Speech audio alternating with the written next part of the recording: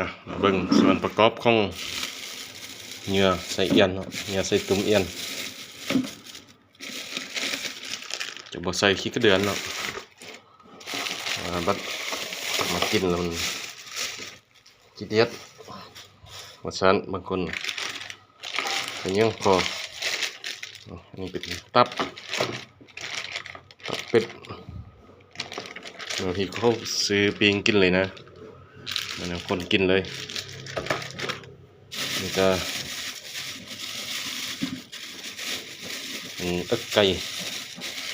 ว่าไปซื้อซอกของไก่แล้วพวกนี้เนาะ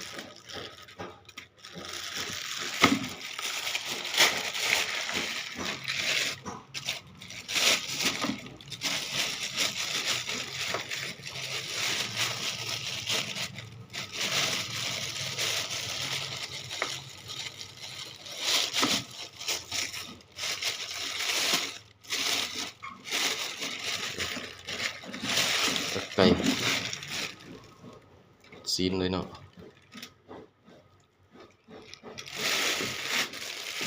ซีนเนี่ยคนกินเลยเอาไปอ้อยกับกดเหรอบ่ได้มาเห็ดเนื้อเลยแล้วก็เลือดควายเลือดงัวเขาเห็ดกินเนี่ยกินได้หมด